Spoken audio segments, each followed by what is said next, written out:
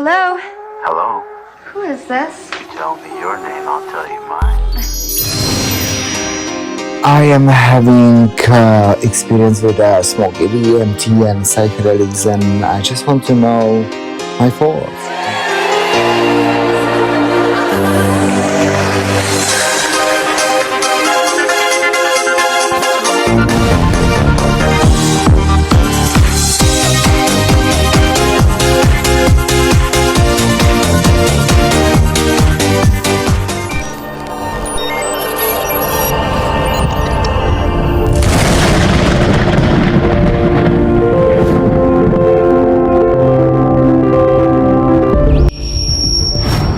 I'm taking my time to get this experience because it's all about just take your time, isn't it? Most drugs are meant for medical use. You must decide use or abuse. This is not just my story. It reflects our collective struggle. We all carry the shadows within us, but through the connection and the vulnerability, we can become a heal. Question of education, to teach people to be on their guard against the sort of verbal booby traps into which they're always being led, to analyze the kind of things that are said to them. I think it's terribly important to insist on individual values, that every human being is unique. And it is, of course, on this genetical basis that the whole idea of the value of freedom is based. My name is Tom, and I'm standing here today as I'm ready to confront the shadows that haunted me. I am not just the survivor of addiction, I am the advocate for the change. Take a trip and let the darkness inside you embrace.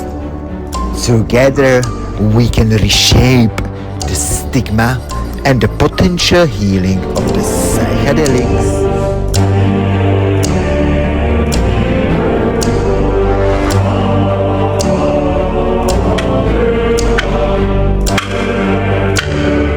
By sharing my own experiences and the struggle with addiction, I hope to create a space for reflection and vulnerability.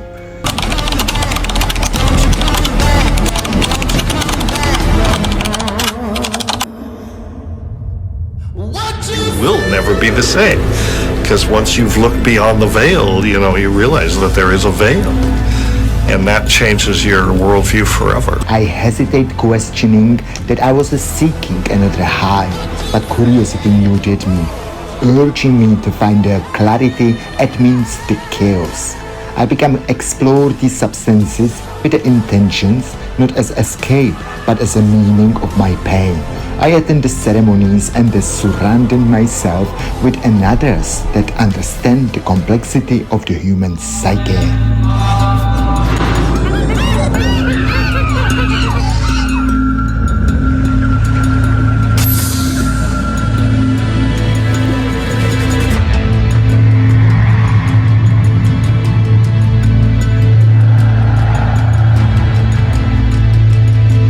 At 11 a.m., I swallowed 4/10 of a gram of mescaline dissolved in half a glass of water and sat down to wait for the results.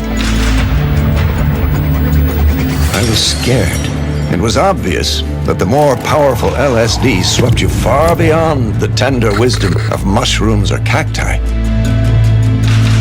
If sanity implies madness and faith implies doubt, am I basically a psychotic pretending to be sane? When you step through the doors that psychedelics offer, you are going to be required to draw on every resource that you have as a human being. And amongst those resources, most prominently is courage. You must overcome your fear.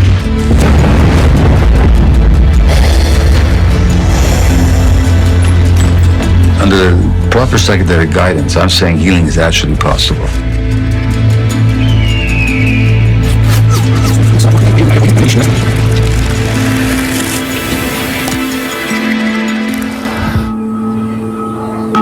In the spring of 1953, Humphrey Osmond, a psychiatrist, offered me the chance to take part in an experiment to further understand the psychological effects of mescaline.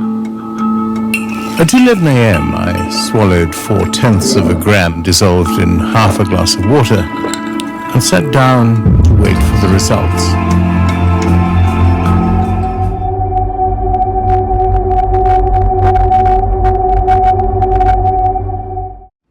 This is not just my story. It reflects our collective struggle that we carry within us. But through the connection and the vulnerability, we can become the healer. We're implied, taught that with our minds you create the world. So how we see the world, that's the world we're going to live in. What it didn't say, which is more a modern psychological insight, is that before, with our minds you create the world creates our minds. So somebody who believes that the world is a horrible place lives in a very different world, different universe than somebody who sees the world as beautiful and painful and capable of generating sorrow and generating joy. A world where there's cruelty and there's a lot of compassion at the same time. Close your eyes and picture the shadow that is hunting you.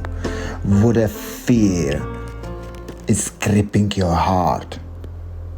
Hold on this picture because we are going to embark this journey through the addiction and the psychedelics. Time stands still, beauty in all she is. I will be brave, I will not let anything take away. Standing in front of me, every breath, every hour has come to this. One step closer.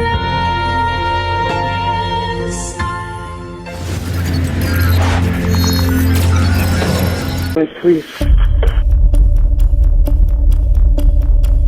President broadcast for welfare check. Possibly 2 subjects overdose.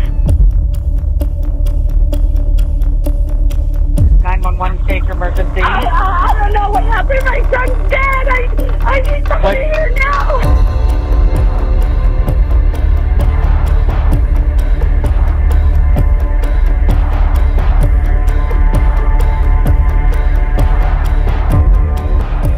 At the risk of sounding hyperbolic, let me say it this way.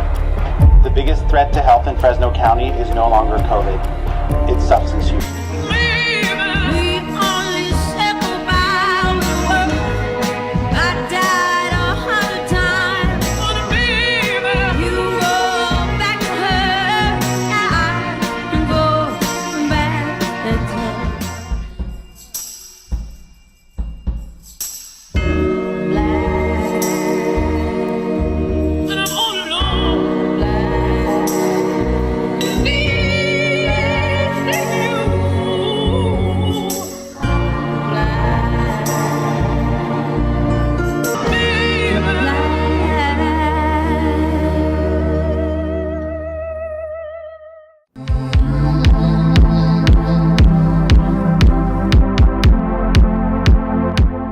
Psychedelics, I think it's not so much the drug, but it's what the drug shows you. It shows you that you're telling yourself things that aren't true. You have to decide there and then whether you're going to be a victim of that for the rest of your life or not. It made me think, well, perhaps I'm not just a passenger on this merry-go-round. Is that a beautiful experience, would you say? I would say yes. There are no good or bad drugs. There are just good or bad policies. He was very eager for me to take LSD, but I resisted the idea. Everything I had heard about lysergic acid sounded ominous.